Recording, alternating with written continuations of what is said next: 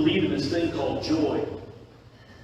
Jesus dug into himself, and I believe in this deeply, that in order to first love yourself, first love Jesus. That loving Jesus is the way to begin to love yourself. You can't really love yourself without Him, because you don't really know yourself without Him. And He tells us, this all comes from a conversation with a lawyer, not legal in the sense that we see, but legal in the sense of religious leadership. The lawyer says, tell me what the greatest commandment is. He just says, love the Lord your God with all your heart, with all your might, with all your strength. And the second is like it, love your neighbor as you love yourself. You love God to love yourself so you can love others. But once you love yourself, you put others before yourself. It's complicated, yet very simple. We believe in this thing called joy. And I believe that you can love yourself, but that requires that you first love Him. This morning, I am going to, I got a small announcement to make. Big, but it's not really small. Just something I needed to share with you, and something that we'll act upon next week. We have a family in Salisbury, our pastoral family in Salisbury, Dan and Linda Mercado, and their son Christian. And Pastor Dan, not this one, the other one, Patience and the family, our family and their family, have known each other a long time because they were in Louisiana when we were in Louisiana. And they moved to North Carolina. They beat us here. So they said, come on, the water's fine.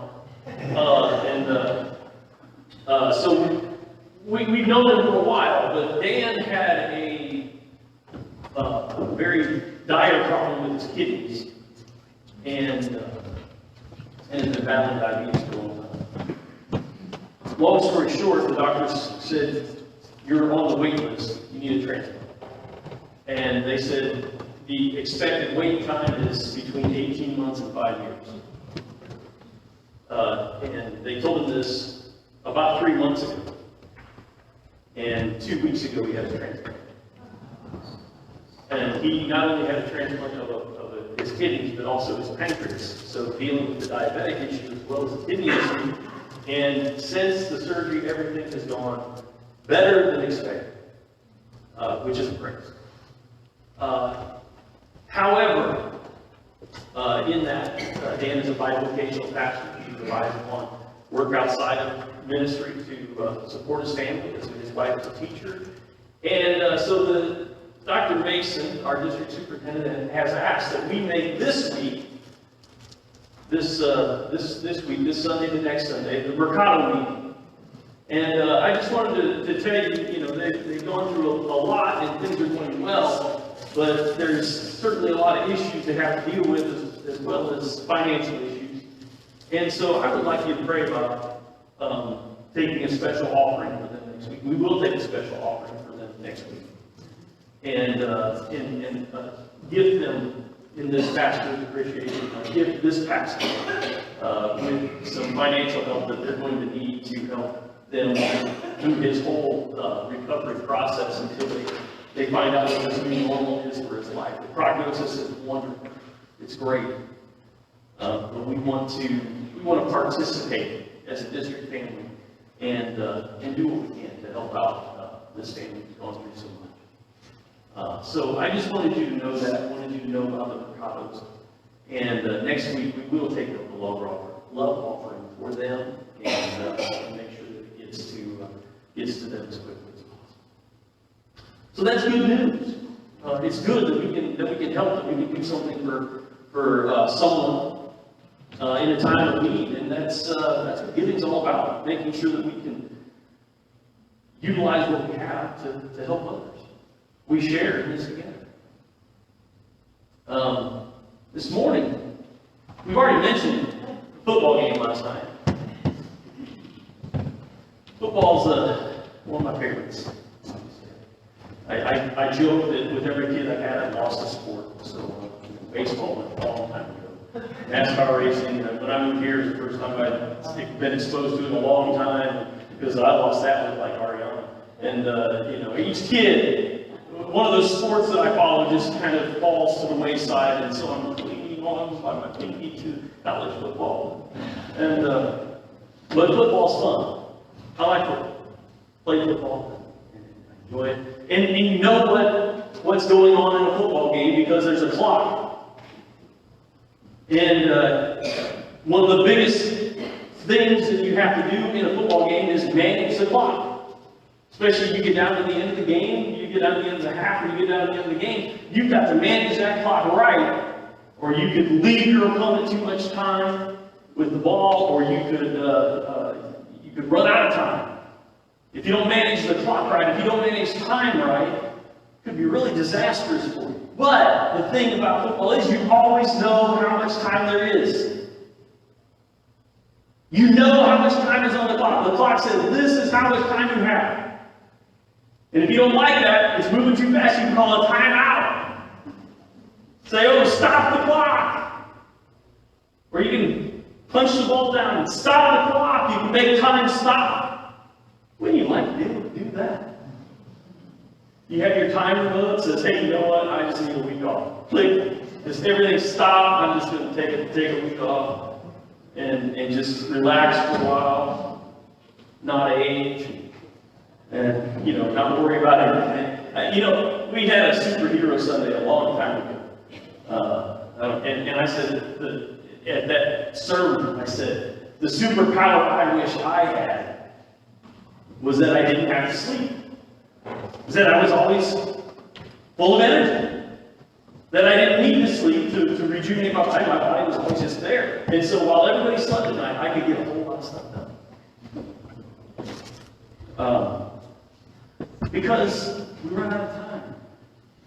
The time in a day is short, it's brief, and like it or not, you gotta sleep.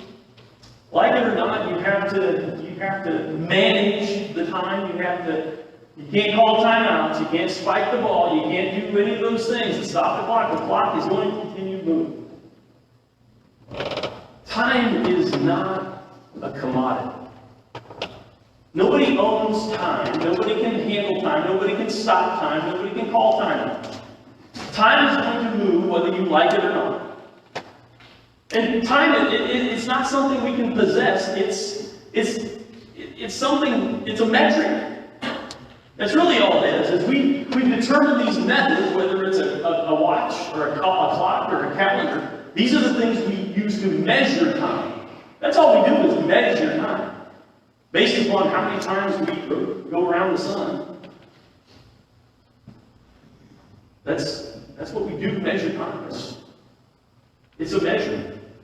Time is simply a metric of what's going on.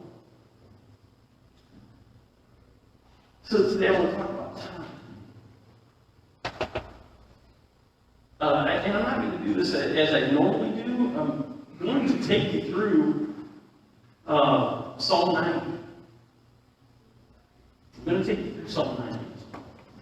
Because I think it tells us a lot about time. But before we get into Psalm 90, I wanted to read another scripture to you. And if you would stand and read the scripture, it's John 14, verses 6 through 7. Which says, I am the way, the truth, and the life. No one comes to the Father except through me. If you had known me, you would have known my Father also.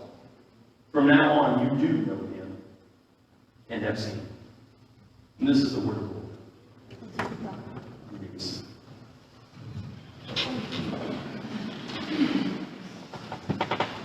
Psalm 90 is, I have really gravitated to the Psalms in the last couple of years.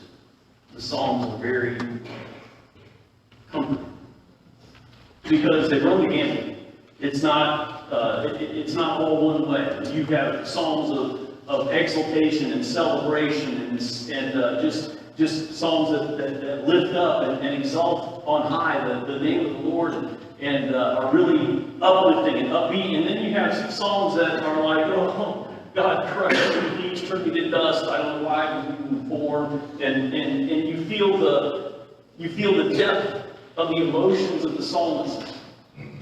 That there are the highs and lows of life, and there's songs for each. They're songs. They wrote songs to God about their emotions and their feelings and His Word. Because whether it's an uplifting thing or something not so uplifting, it's about calling into Him and calling into His Word and reminding ourselves of His Word and being able to say, nevertheless, God, come with you. There you go. I wrapped up 150 Psalms in the matter of a few seconds, so you don't even need to know. Go read the Psalms. They're wonderful. And they can bring a real comfort in certain times in our life. Psalm 90 is a very interesting psalm. And we'll get to some context here as we get through it, but I wanted to just kind of break it apart for you. Breaking it apart for myself more than that. But Psalm 90 begins with, Lord, you have been our dwelling place in all generations. Before the mountains were brought forth, or ever you had formed the earth and the world, from everlasting to everlasting, you are God. Now this psalm is written not just as a song, but also as a prayer. And when you think about a prayer, of course you could gravitate to the Lord's Prayer, which says, Our Father who art in heaven, hallowed be thy name. It's a structure of prayer given to us by Jesus that says, hey, first, let's acknowledge who God is. Let's take time to acknowledge who God is. Let's take time to give Him praise. Let's take time to give Him thanks. Let's take time to first say, to identify who it is I'm praying to. Our Father, who art in heaven. Lord, our dwelling place. Before the mountains were brought forth, before you created the world, from everlasting to everlasting, you are God. That's a great identifier, a great way to start off and say, yes, this is who I'm talking to. I am talking to the God of all creation. He's acknowledging, the psalmist here is acknowledging God as sovereign. He's Lord over all. He's acknowledging God as Creator before you formed the world.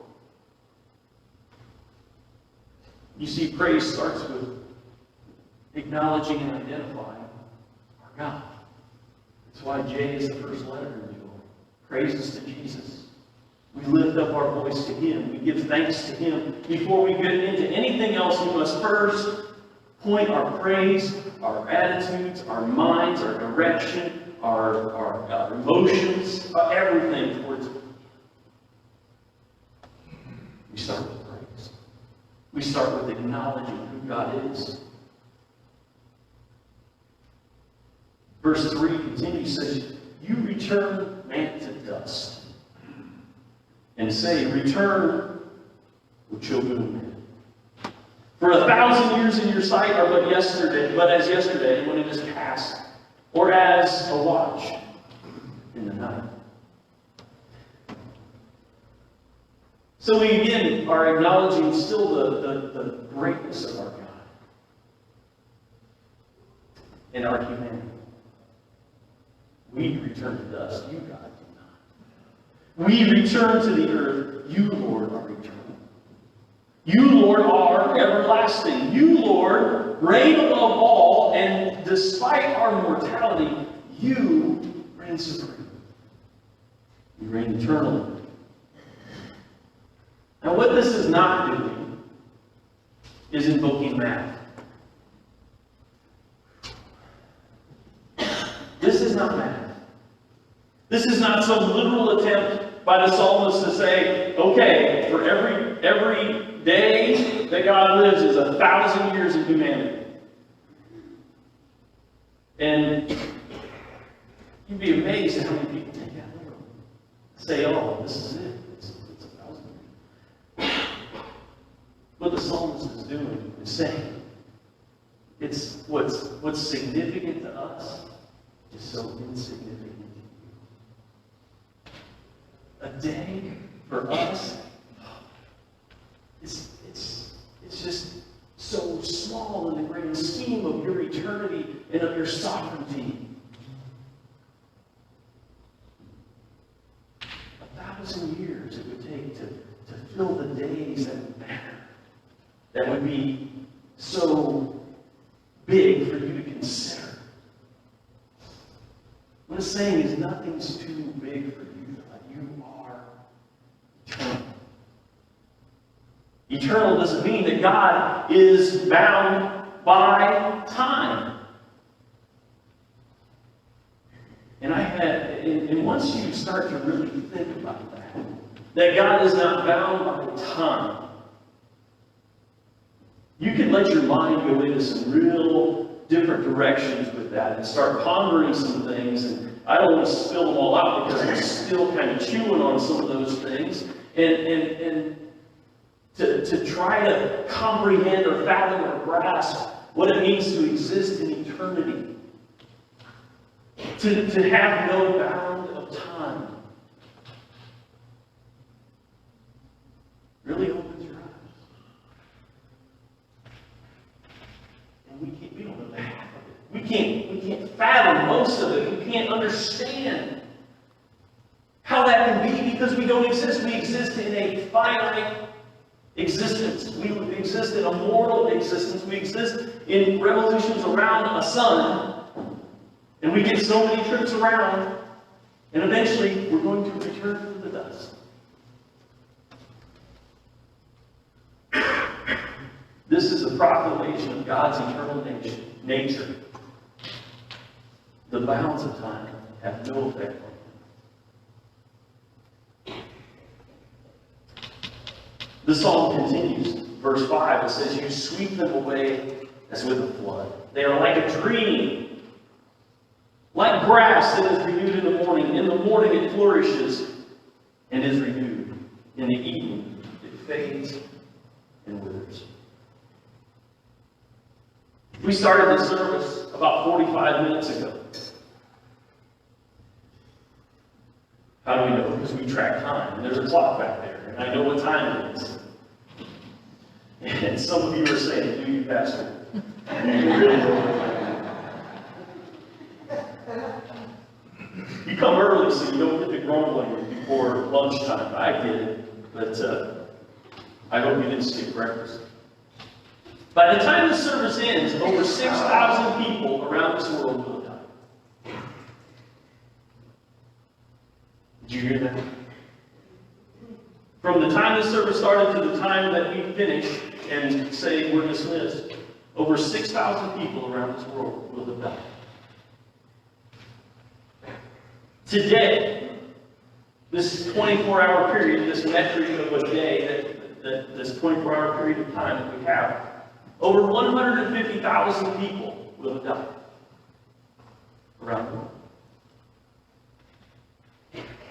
In this year, in this revolution around the sun, this one revolution around the sun we call 2019, over 55 million people will have died.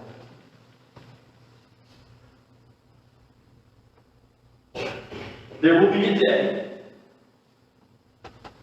There will be an hour. There will be a year. That will be one of those moments. It is inevitable. As much as we fight to find the fountain of youth, to find the thing that will grant us more time, despite all that we do to scratch and claw and keep the time that we have, it's inevitable. Every person that Jesus healed, every person that Jesus resurrected, The young man who was being carried to his grave, and the mother followed behind crying, and he touched and he lived, he got up. Eventually that guy died.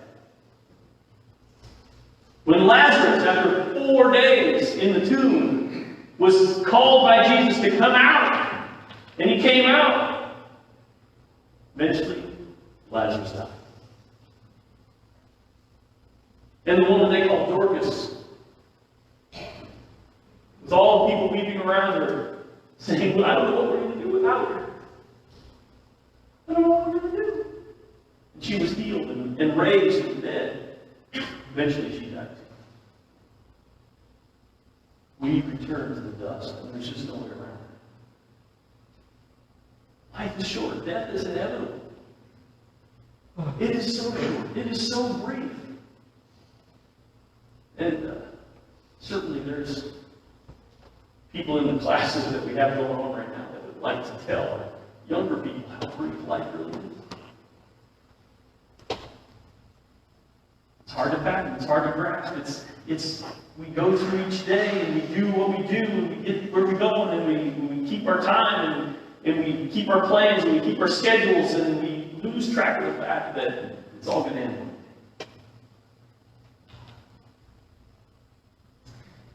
It gets interesting here in verse 7. It says, for we are brought to an end by your anger. By your wrath we are dismayed. You have set our iniquities before you, our secret sins in the light of your presence. This is obviously an Old Testament. We're in the Psalms. The wrath began. The wrath of God began with man, with the first man and woman, Adam and Eve. Because sin and the breaking of covenant with God brought on the wrath of God. And in his wrath, he told Adam and Eve, as they were leaving the garden, you will die. Now, because of sin, you have brought on this thing called death. There is now death that will have to be dealt with. The advent of death was brought on by sin. Makes you wonder, who is writing this song? Well, if you're looking in your Bibles, maybe you have a subheading under number 90, and it tells you that they attribute, they being the canonizers of the Bible, the people who have put the Bible together over long periods of time, that they attribute this psalm to Moses. Moses is the one that we point to and say he's the author of Psalm 90. And it was a prayer. How many times did Moses have to deal with the wrath of God? There probably isn't a more well-schooled expert in the wrath of God than Moses. Not only did he have to deal with it in the wilderness with people who he had to continually get in front of God and say, no, don't wipe them out, don't hurt them, don't kill them, don't do it. He started even back with the plagues on Egypt to see that God doesn't like sin. It's that sin that brings on wrath. We had an interesting question. We're going through the book of Genesis in Bible quizzing. And last week in Bible quizzing, we were talking about Noah. And the question inevitably comes up because our kids are smart. And they start to think and they say, well, you gotta kill everybody.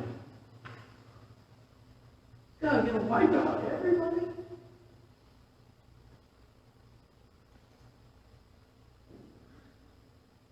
We need to understand the wrath of God.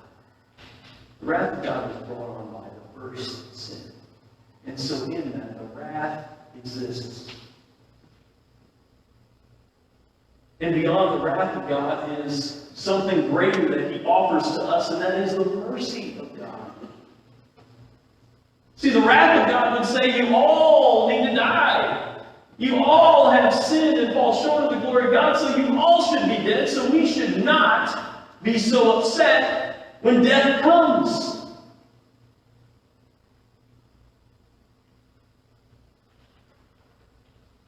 We are beholden to this wrath and this laid out mortality that we have.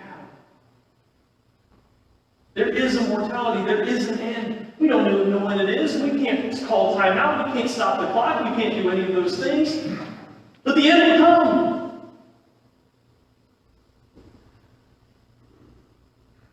But God is just. Well, how can you call that just? He's just because He is merciful.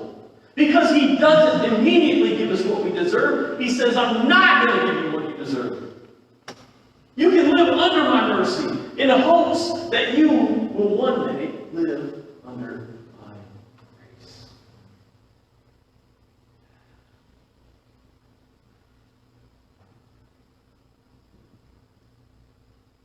Verse 9 says, for all our days pass away under your wrath. We bring our years to an end like a sigh. The years of our life are 70, or even by reason of strength 80, yet their span is but toil and trouble. They are soon gone and we fly away. Who considers the power of your anger and your wrath according to the fear of you? You see, because of sin, we must rely upon the mercy of God. See, mercy, as I told you the last few weeks, mercy is not getting what you deserve. You're not getting the death that you deserve because of your sin. We are not, as a people, we are not getting what we deserve because of sin. Sin equals death.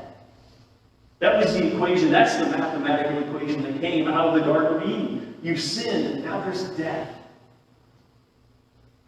You see, we live, we work, and we toil under the effects of sin and brokenness of the relationship with God. That was promised to us as a consequence. Look, you're not going to die right away, but it's not going to be easy for you. You're going to struggle to bring forth fruit from the ground. You're going to struggle in this life. Life is going to be full of struggle because all around you is going to be sin. You've invited sin into this world, so sin exists and it abounds. And because of sin, it's going to be difficult. It's going to be hard because you've gone away from my way and you've chosen your own way. That's sin. We should not take God's mercy for granted. We are given this beautiful gift of mercy and existence and substance that we can continue on despite what we deserve. We can't continue on under the mercy that God so generously provides us in this finite period of time that we have called life. Verse 12. So teach us to number our days, that we may get a heart.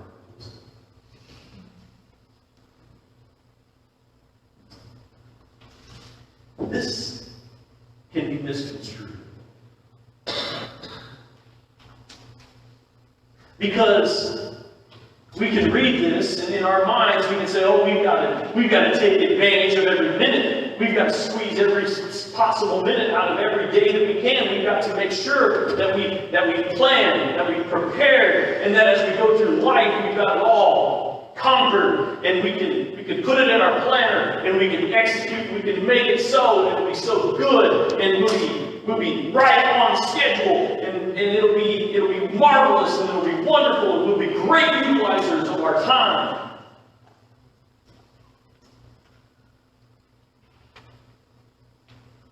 But the purpose and function of each day given to us by God is simply this: to bring God the glory. It doesn't matter how well you plan and how well you prepare and how much you execute on your plan in order to make sure you conquer the day.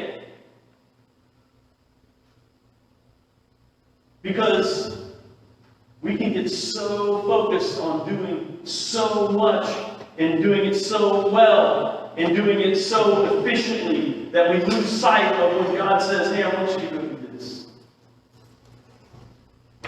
Ain't got no time, God. It's not the schedule. I can't do it. Sorry, you're going to have to make an appointment.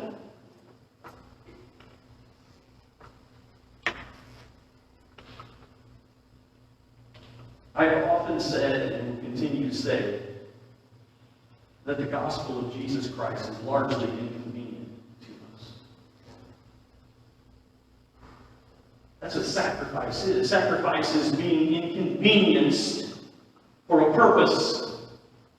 And if we are inconvenienced for the glory of God, we are inconvenienced for the purposes of God, we are inconvenienced in order to bring glory to God. And that may mean not doing the most productive thing at the moment, but doing the thing that God would have you do at the moment. What's truly more productive?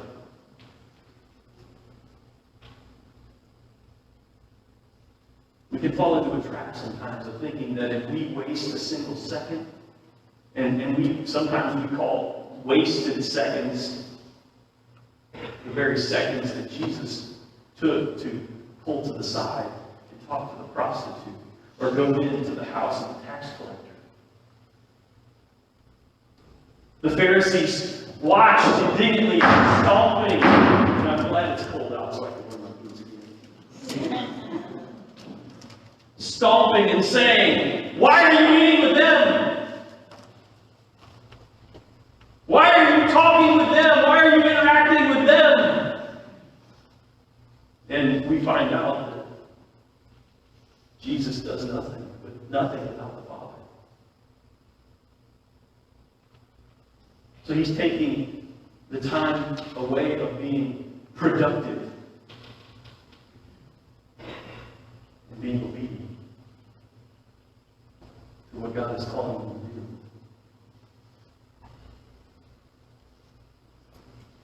Verse 13, return, O Lord, how long? Have pity on your servants. Satisfy us in the morning with your steadfast love, that we may rejoice and be glad all our days. Make us glad for as many days as you have afflicted us, and as for as many years as we have seen evil. You know, because of sin, we have to deal with the wrath of God. We can't call any death unjust because we simply are graced to have the mercy of God available to us. Yet he, despite being the God of wrath, despite being the God who said because of sin there has to be death, despite being the God who has to be accountable over us, yet he is the God of steadfast love. A psalm in the same breath saying you're a God of wrath, but yet you're a God of steadfast love, because it's because of that love that he withholds his wrath. It's because of that love that he offers his mercy. It's because of that love that he sent his Son.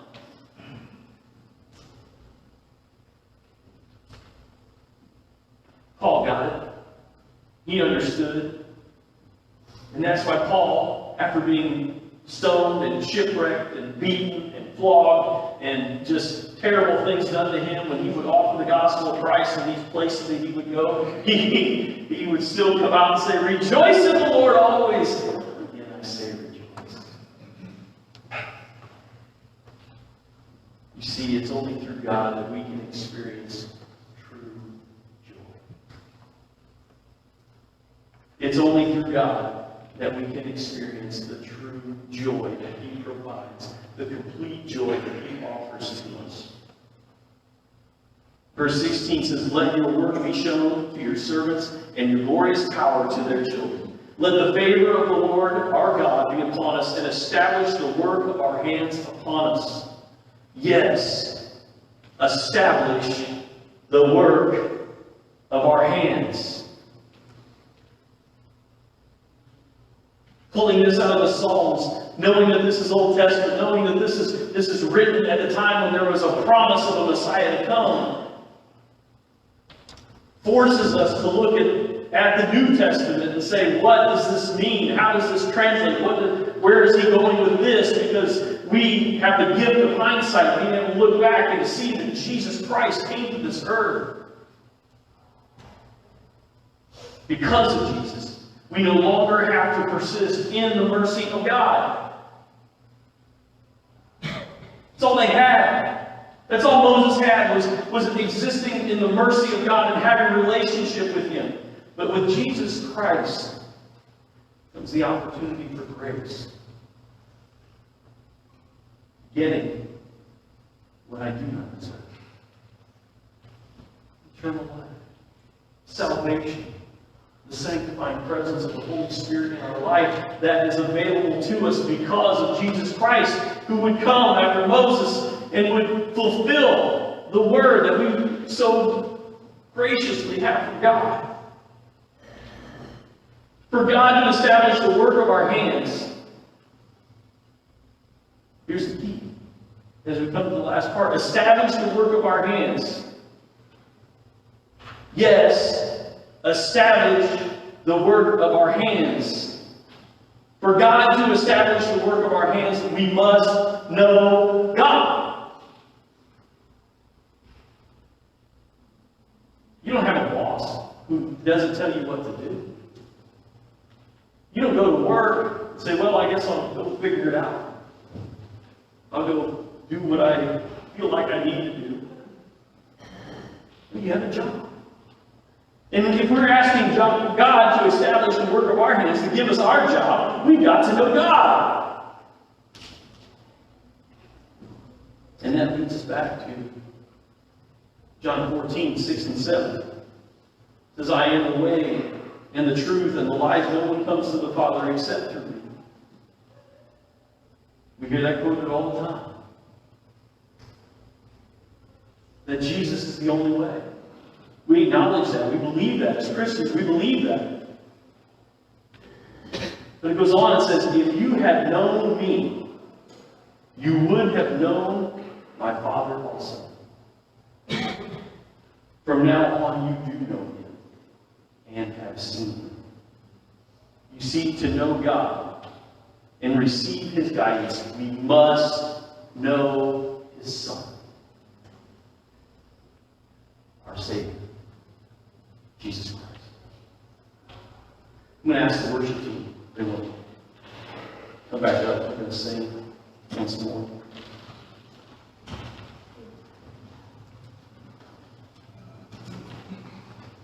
But here's what I want you to hear today. Your time, it's just a metric.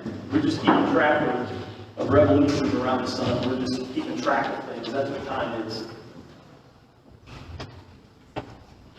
We are finite beings. We will return to the dust at some point in time. In the meantime, God wants to craft the work of our hands. He wants to give us something to do. And in order to do that, we have to know him. And it's revealed to us in the New Testament that the only way to know God is to first know Jesus. He is intimate with the Father. He knows God intimately, Father and Son. And if we first know him, Jesus, we can love ourselves and begin to do the work of his hands to serve other people. I want to ask this morning,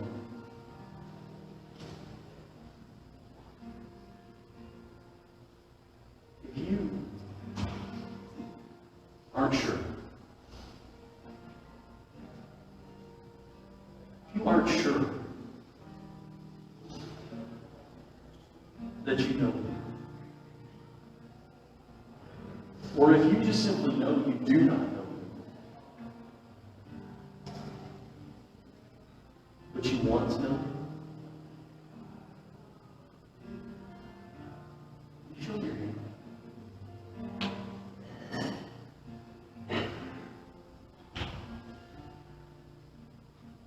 I ask you to raise it high just to see.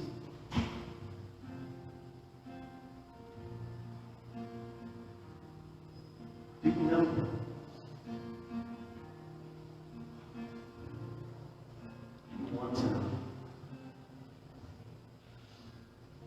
want to know that you know that you know.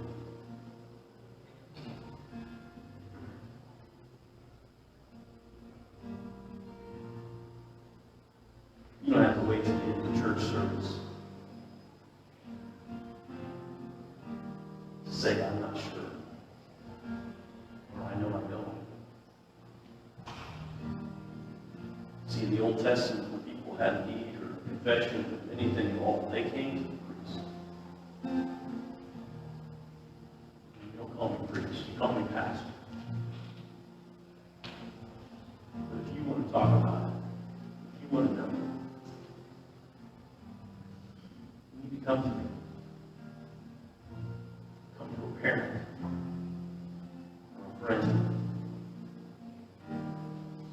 Somebody who you know that is.